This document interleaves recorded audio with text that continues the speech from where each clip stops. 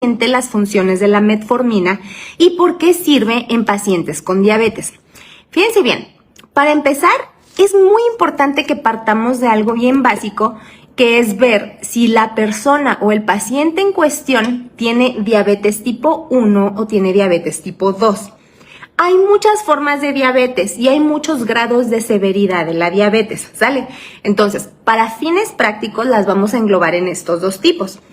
La diabetes tipo 1, acuérdense que es aquella diabetes en donde el páncreas dejó de producir insulina prácticamente de una forma total. Entonces no hay insulina en el cuerpo de la persona, por lo tanto la glucosa no se aprovecha y se empieza a subir y a subir y a subir y a subir en la sangre. ¿Por qué? Porque no hay insulina. Pero ¿qué pasa?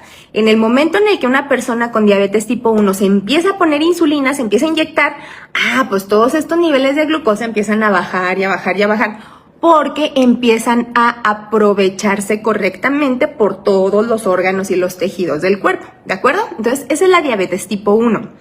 La diabetes tipo 2, que es con mucho la más frecuente, esta diabetes se caracteriza porque tiene un problema metabólico muy importante que se llama resistencia a la insulina. Esta resistencia a la insulina yo creo que ya la han escuchado hasta el cansancio en un chorro de lados, con muchos médicos, o sea, ya han escuchado mucho de este problema, pero pocas personas saben realmente lo que es.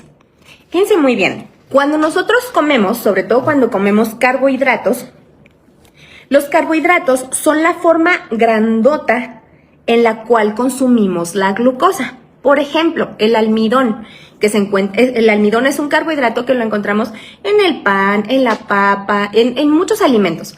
Pero el almidón, imagínense que es como una cadena gigantesca, hecha bola, de muchos eslabones diminutos llamados glucosas, ¿ok? Entonces, cuando nosotros nos comemos esos carbohidratos, nos los comemos en forma de cadenas enormes de glucosa. Entonces, como esas cadenas enormes no se pueden absorber por el intestino, entonces el líquido del intestino lo va deshaciendo en cadenas cada vez más pequeñas, hasta que quedan los eslaboncitos de glucosa. ¿Y para qué es esto? Pues porque los eslaboncitos de glucosa, eso sí se puede absorber correctamente desde el intestino. Entonces el intestino, cuando ya ve los eslaboncitos solos, dice, esto sí lo puedo absorber.